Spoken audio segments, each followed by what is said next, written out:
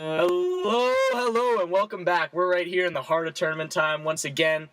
We just finished up with the Sweet 16 and the Elite 8. We're headed into the Final Four this upcoming weekend. We had some big games, some big blowouts, some last-minute victories. What did you guys see this weekend? Well, I think we should probably start off with the best game of the weekend, in my opinion. I thought Kentucky versus Notre Dame got a chance to see two of the top teams in the country go at it. You know, last week, or I actually picked this a couple weeks ago, I thought Notre Dame was going to beat Kentucky. And I took a lot of criticism for that pick. People said, oh, Aiden's just a Notre Dame fan. That's the only reason he's picked Notre Dame to win this one.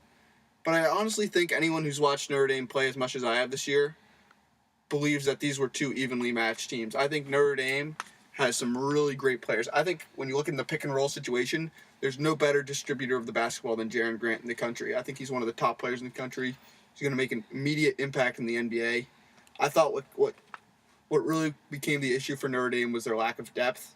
I think their starting five can match up with Kentucky's. But you look at the second half of that game, Notre Dame had four of their starters stay on the court all 20 minutes. The announcers kept repeating Jaren Grant never came out of a tournament game. That's 4 consecutive games where he played 40 minutes. I think that was their issue down the stretch. Yeah, it was a great game, and I think what really ended up losing for the game is exactly what we expected, the depth, especially at the bigs positions for Notre Dame. They couldn't really compete with... They had Zach August going up against Karl-Anthony Towns. August had 4 fouls for a good part of the second half. He really couldn't be really aggressive with Towns, and they didn't have anyone else to come in there and guard Towns, and that's why Towns was able to go 9 for 9 in the second half, I believe. And I think that made a big difference. Also, Cauley-Stein, obviously, when you have the dual bigs like that against Notre Dame, who doesn't have the same size, that's really what changed the game. Yeah, you know, a lot of people are criticizing Mike Brey's decision not to double down on Karl-Anthony Towns in the post, but that's pretty much the same strategy that Mike Brey's used against Duke all year. He used it against UNC. And when you look at the Duke team he used that strategy against, Jahlil Okafor is arguably a better post player. I'm not sure what you guys think about that.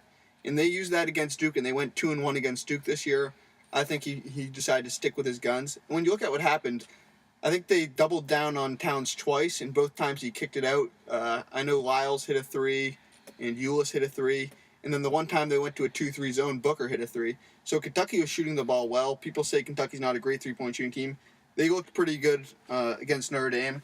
So I think there were some issues there about the strategy. I don't really fault Mike Brey. I thought he coached a good game. Yeah, Kentucky was 4 for 8 on three-pointers there. Obviously played a key role. Notre Dame didn't shoot the ball nearly as well as the Wildcats did down the stretch. Zach August had 20 points in 27 minutes, and you put that up against Karl-Anthony Towns, who in 25 minutes put up 25 points. You know, you got to have your big men scoring, and in games this close, it's a game of inches, you know? Yeah, I agree. I was really impressed with the play of Zach August. He's a guy who I'm going to look forward to make a big impact for Notre Dame next year. A lot of people, their criticism of Notre Dame this year, I know people on the Power Hour were saying Notre Dame doesn't have a big man. They've got great guard play. They've got some athleticism, but they don't have any big men. I thought Zach August played a phenomenal game. Also, their backup, Bonzi Colson, who's very undersized at 6'5" for their big man, he came in and he gave them some solid minutes too. I actually would say that Zach August is a little bit of an overrated player. I don't see him as really a huge threat in the post, especially against on offense. I don't think he's really a guy who can compete with guys like Towns and Okafor on Kentucky and Duke. And obviously it's the wing play that's gotten Notre Dame where they are. Great shooting from Visturia, Connaughton, and obviously Jaren Grant's carried the team most of the way. Yeah, I agree. August arguably isn't as great of a post player as those guys. Actually, no, he's definitely not as great a post player as those guys. But he sort of fits in with Notre Dame's style of play. They run a lot of pick and roll. They like to spread the floor. It's just not sort of their style to try and dump it into the post and let August go to work. I think he fits in nicely with their style. Yeah, I think if he did improve as a post play, maybe that's something he could work on. It could really make them a deadly team. That I think if he did have that big post threat, they probably would have beat Kentucky. Okay. Yeah, for sure. Well, sticking with the tournament here, we're gonna take a look at another game here, the Wisconsin-Arizona game. Obviously, the Badgers came away with the 85-78 victory to punch their ticket. Aiden, what do you think of the game? Really great game. It was a rematch of last year's Elite Eight game as well. obviously this game came down to some fantastic individual performances, and you got to start with Sam Decker. That guy was lights out. He's really been improving throughout the year. His last 2 games have actually been the best games of his season. I mean, his ability to stretch the floor, shooting the ball from the outside. He can also get the ball to the basket. I'm not sure. Is he 6'9", 6'10"? He's really a phenomenal NBA prospect. You got to look at this. Got to really talk about Sam Decker. Sure, and Arizona was able to kind of switch Wisconsin's strategy. Arizona got to the line 30 times, whereas Wisconsin only usually lets their opponents get to the line about 8 times per game. But it was just ridiculous shooting from Wisconsin. 12 three-pointers hit, most of those in the second half. Their second half three-point shooting percentage is off the charts. Obviously, Sam Decker leading the way, and Decker and Kaminsky with 27 and 29 points respectively. That's a really dangerous combo. Both guys who can go into the post, but they can also step back, shoot threes, and they can play good defense. Yeah, you talk about their ability to shoot threes. Frank Kaminsky obviously put up those 29 points, but it was that dagger of a 3-ball he hit in the dying minutes of the game that really put the nail in the coffin. That's right. We can talk a lot about the individual performances of Wisconsin, but you also got to look at the score. What, did Arizona lose by 7 or 8 points? 7. I mean, Wisconsin went 8 for 10 from the 3-point line in the second half. You got to figure, if Wisconsin shot some sort of normal 3-point percentage in the second half, Arizona would have won this game easily. You got to look at a guy like, I haven't watched Arizona play as much as I would like to this year, but Rondé Hollis-Jefferson really impressed me, his athleticism. It was too bad Stanley Johnson missed a good portion of the second half. He got hit in the eye. I think if Wisconsin shoots the ball like normally from the 3-point line, Arizona wins this game easily. I was really impressed from the Wildcats. They just ran into a really hot shooting team. Sure, and if Stanley Johnson if he came through and had a good game, I think Arizona could have won. And also, Tarczewski wasn't a big threat. He only pulled down 2 rebounds for a big guy. That's not very impressive. He was going against some big guys of Wisconsin. But I look at all through Wisconsin's lineup, they got guys who can shoot from their point guard all the way to their big men. They can all shoot the 3, which is why they're dangerous in a tournament like this. They can beat anyone. Yeah, you know what? If they're shooting the ball like they did in the second half against Arizona, they will beat anyone. You look ahead to this matchup against Kentucky. I think it's a rematch of last year's Final Four matchup. This is going to be a really exciting game to watch. Well, it's going to be exciting. There's just some really phenomenal matchups here. You got a guy like Kaminsky going against, I think he'll probably match up with Cauley Stein, or Cauley Stein will probably cover Kaminsky. That's what I think. Then you got Decker versus Trey Lyles, two big guys who can put the ball on the floor. Then the guard play as well. I'm not sure what you guys think about the Harrison twins. I haven't really been impressed by them lately. I don't really like their game. What do you guys think about the Harrison twins? I like them both. I get them confused sometimes, but they're both guys. They can hit the 3. They're not excellent, but they're both good at hitting those clutch shots late in the game. I think they're good for Kentucky style. They're able to feed the ball to Towns. They're able to throw lobs to Cauley Stein.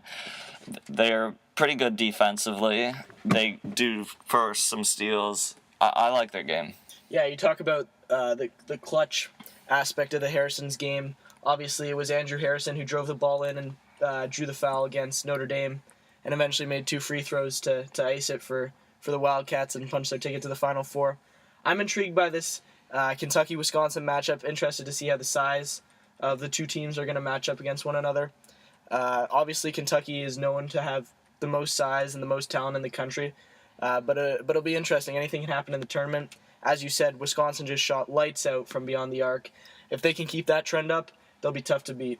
Yeah, I think this one could come down to the same thing that was evident at the end of the Kentucky-Notre Dame game in Kentucky's depth. I think when Kentucky has their 2 backup guards in, I think Devin Booker and Tyler Ulis, I think those guys are 2 phenomenal players. Devin Booker's starting to shoot the ball better from the 3-point line. He's a really good shooter. I think their depth could come into play.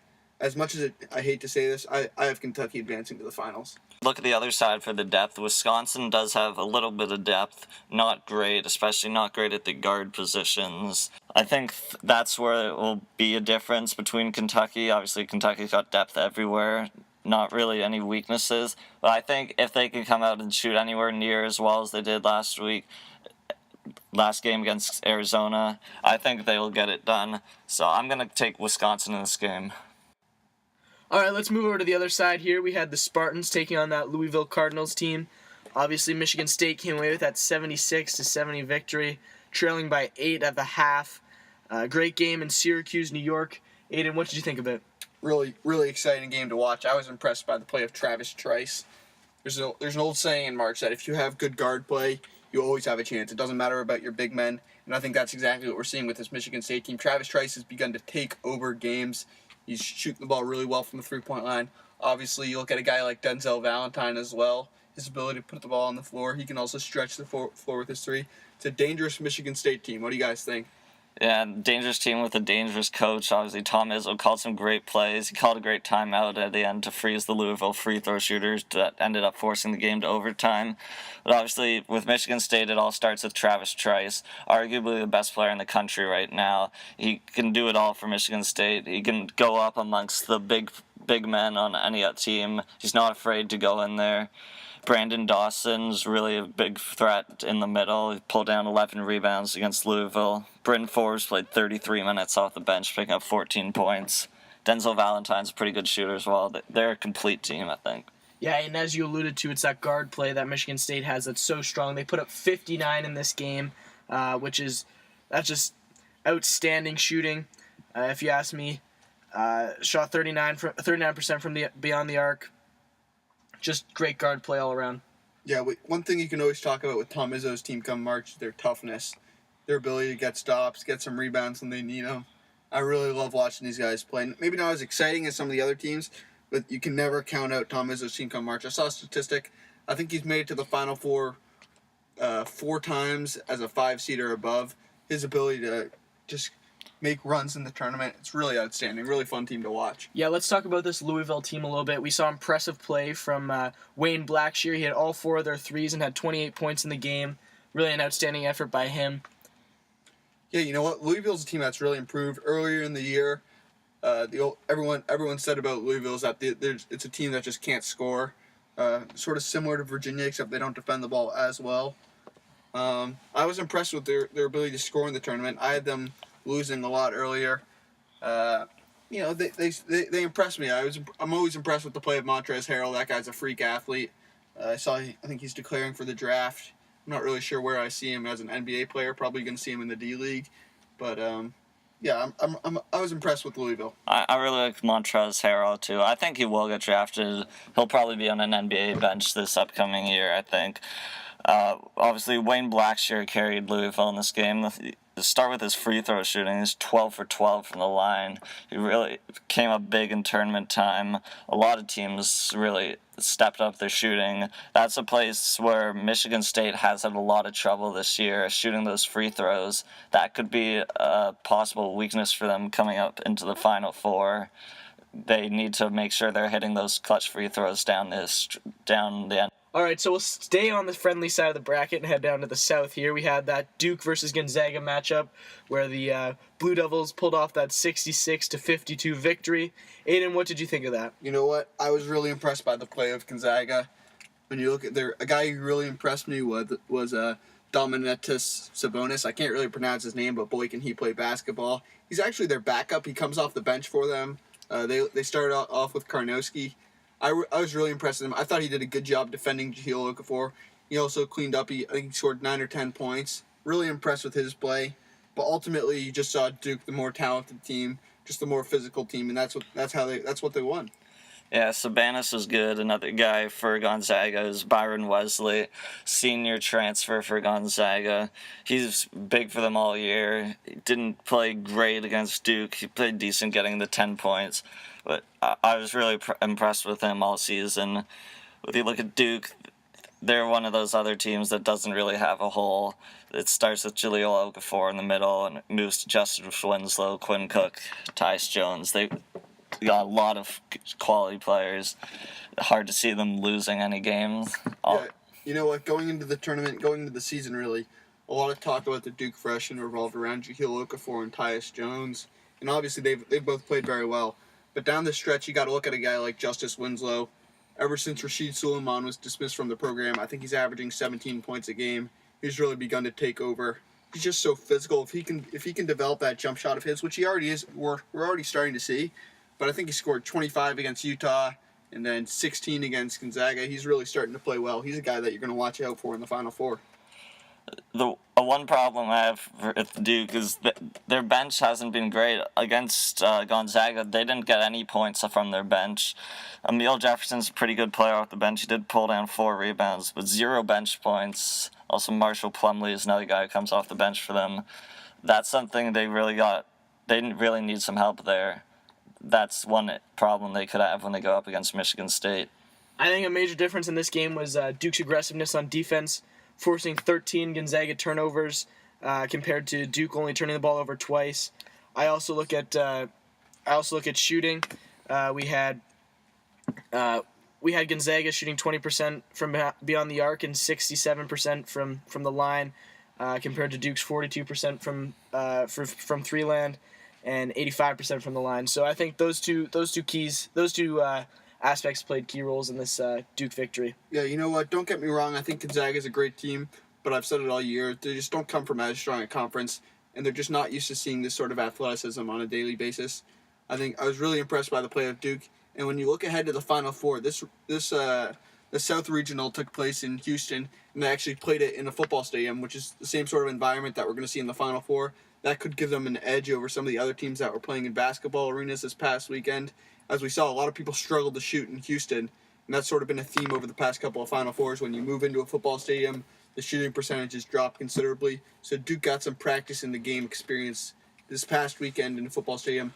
That could be a big difference in the Final Four, I think. Yeah, I'm just going to go out there on a limb and say I'm not a big fan of them playing in these football stadiums. The Gonzaga-Duke game had just over 20,000 fans in attendance. That's enough. You can fit that in almost any NBA basketball arena.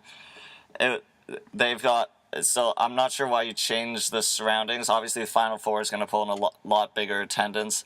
I don't know why you change the surroundings when you're not going to bring in a bigger attendance. Yeah, I think the school of thought is that I think Houston's going to be the site for the Final Four next year, so they use a regional as sort of a test to make sure that everything works, which I think is pretty stupid. I totally agree with you, but I think that's the reasoning for it, but it doesn't make too much sense to me. Yeah, I also don't like those big black curtains covering up half the stadium. Mm-hmm. Syracuse does it well. The Carrier Dome, they play football and basketball in there. They know how to hold a basketball game in a football stadium there.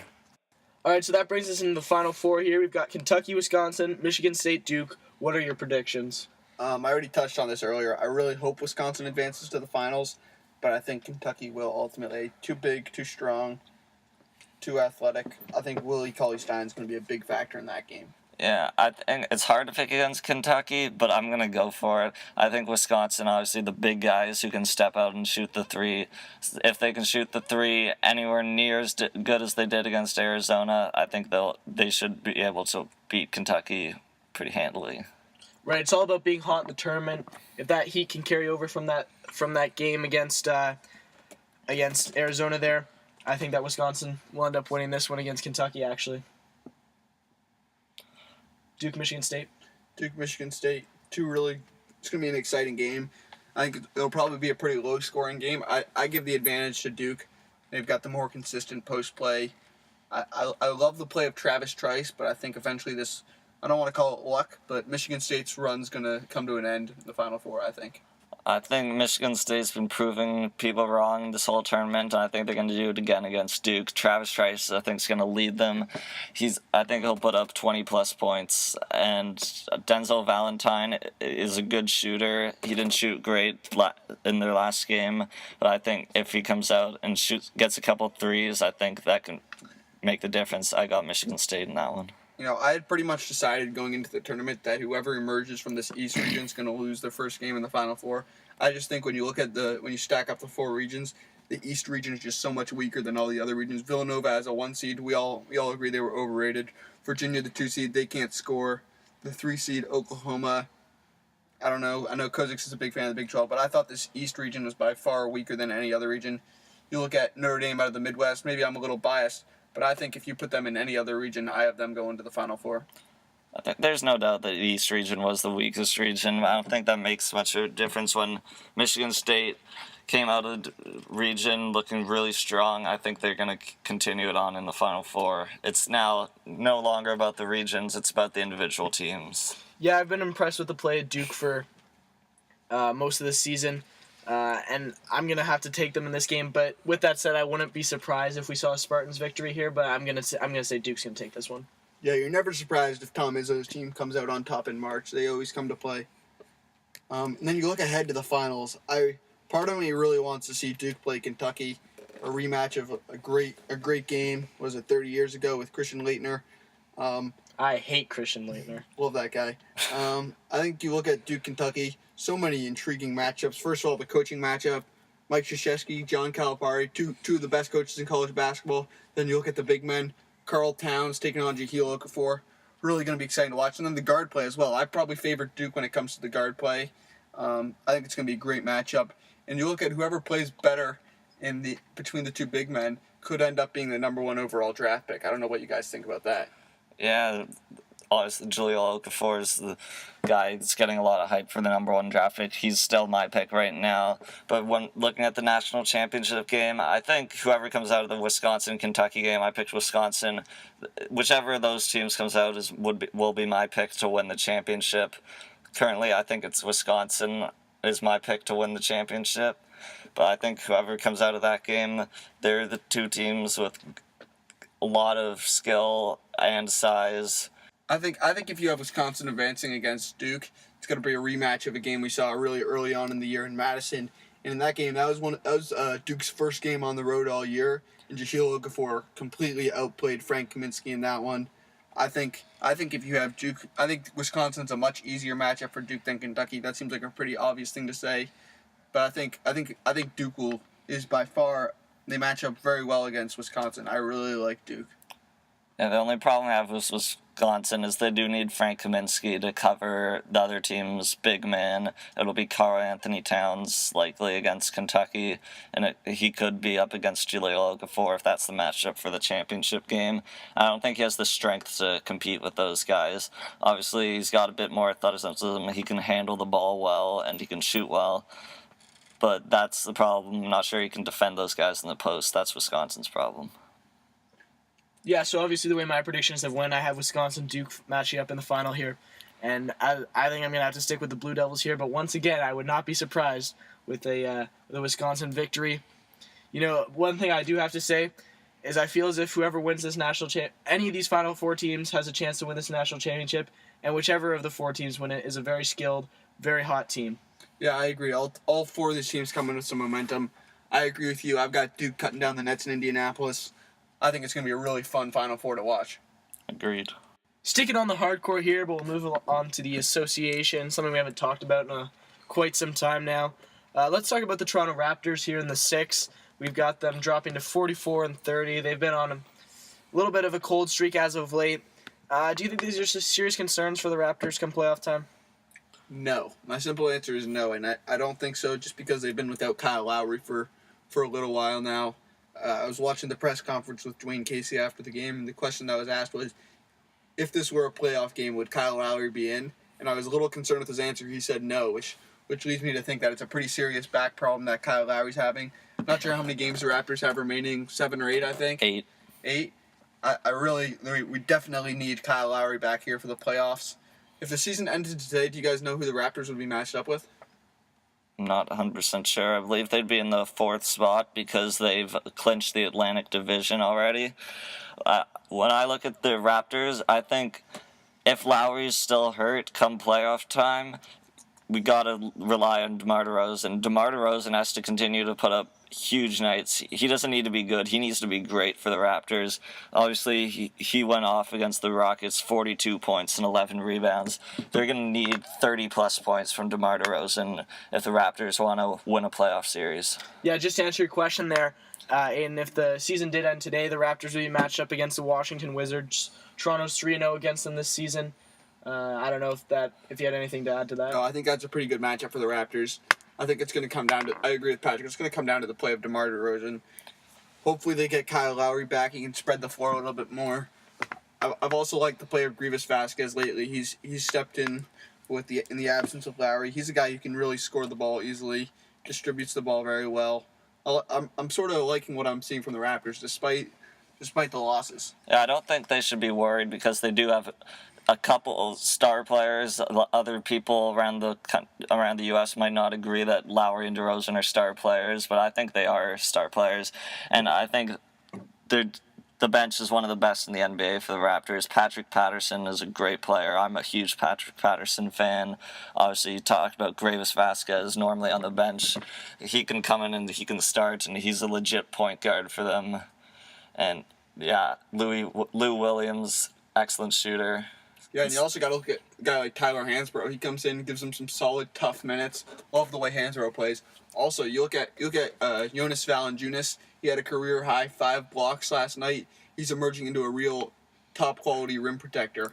I really like what I've seen from Jonas lately. And that's something the Raptors have needed help with recently. Yeah, something important to look at when you talk about a team like the Raptors come playoff time.